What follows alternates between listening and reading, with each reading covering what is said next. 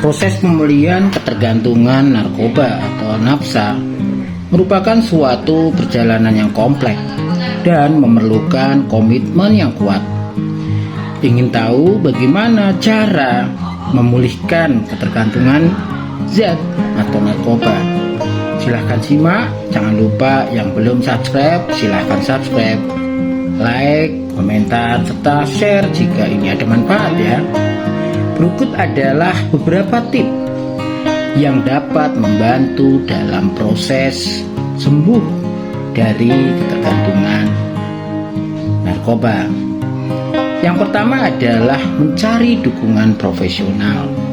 Tentu rehabilitasi nafsa tidak hanya cukup bagaimana mengasingkan diri atau dipenjara selama beberapa bulan, tapi butuh profesional tenaga kesehatan, bisa psikiater atau dokter ahli jiwa, bisa perawat spesialis keperawatan jiwa, bisa psikolog. Sebenarnya tujuannya untuk apa? Bagaimana belajar cara mengatasi masalah, bagaimana belajar mekanisme coping ketika mengalami ketidaknyamanan atau kesulitan. Apa yang sudah dilakukan? Mungkin yang selama ini pelariannya ke barang-barang yang dilarang atau narkoba akan menggunakan cara baru, hasil dari belajar melalui kegiatan psikoterapi. Tentu dukungan profesional ini sangat penting. Untuk apa ya berkonsultasi? Pecandu narkoba perlu melakukan konsultasi dengan profesional kesehatan mental atau jiwa, dan tentu ahli terapi adiksi atau kecanduan. Bergabung dengan program pemulihan, misalnya Rela Prevention, tentu dapat memberikan dukungan medis dan psikologis. Nah, yang kedua adalah buat rencana pemulihan. Tentu kalau sesuatu niat atau upaya tidak direncanakan dengan baik, angka kegagalan pasti tinggi sekali. Seperti yang sudah dialami oleh Amarzoni.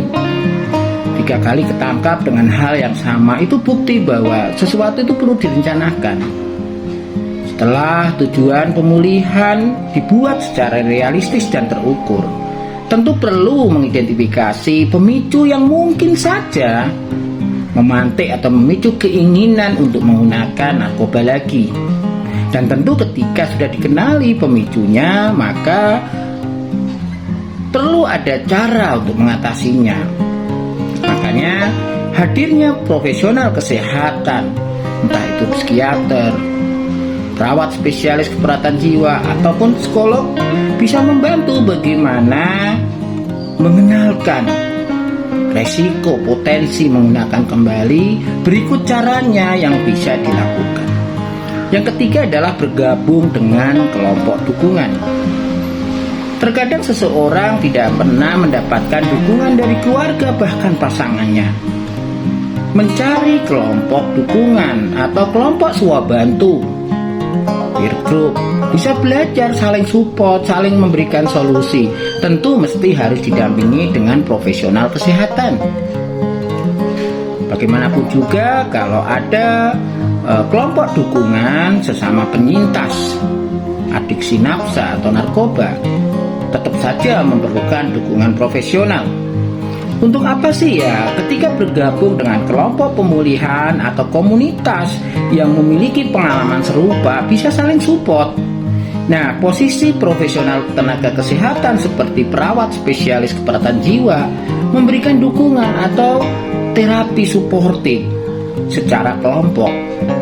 Ketika itu sudah dilalui, bisa dilakukan kelompok swabantu, bagaimana dia menjadi kelompok yang solid untuk saling membantu terbebas dari kecanduan narkoba.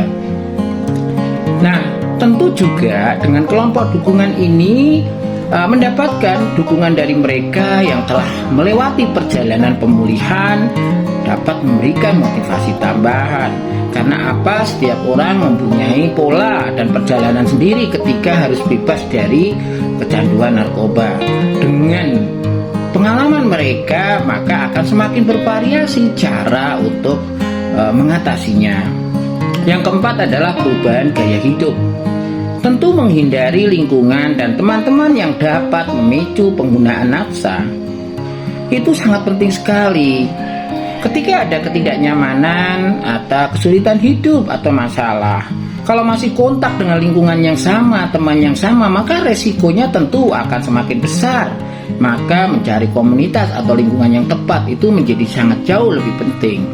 Kemudian fokus pada kegiatan positif dan sehat yang dapat menggantikan waktu dan energi yang sebelumnya mungkin dihabiskan untuk penggunaan zat-zat tersebut. Maka mencari aktivitas waktu luang yang positif sebanyak-banyaknya itu akan dapat mengalihkan. Tidak hanya mengalihkan dari lingkungan dan teman-teman, tapi dari zat yang selama ini dipakai. Kelima adalah atasi stres dan masalah mental atau jiwa. Tentu orang yang mempunyai niat untuk pulih atau mengalami kecanduan ya dan ingin bebas, pastinya akan mengalami sangat stres sekali. Belum menghadapi stigma yang ada di keluarga dan masyarakat. Kemudian juga ada masalah mental, bisa saja menjadi sangat anxiety, cemas, dan depresi. Makanya mencari cara yang sehat untuk mengatasi stres ya, seperti meditasi, olahraga, ataupun psikoterapi yang lain menjadi sangat penting.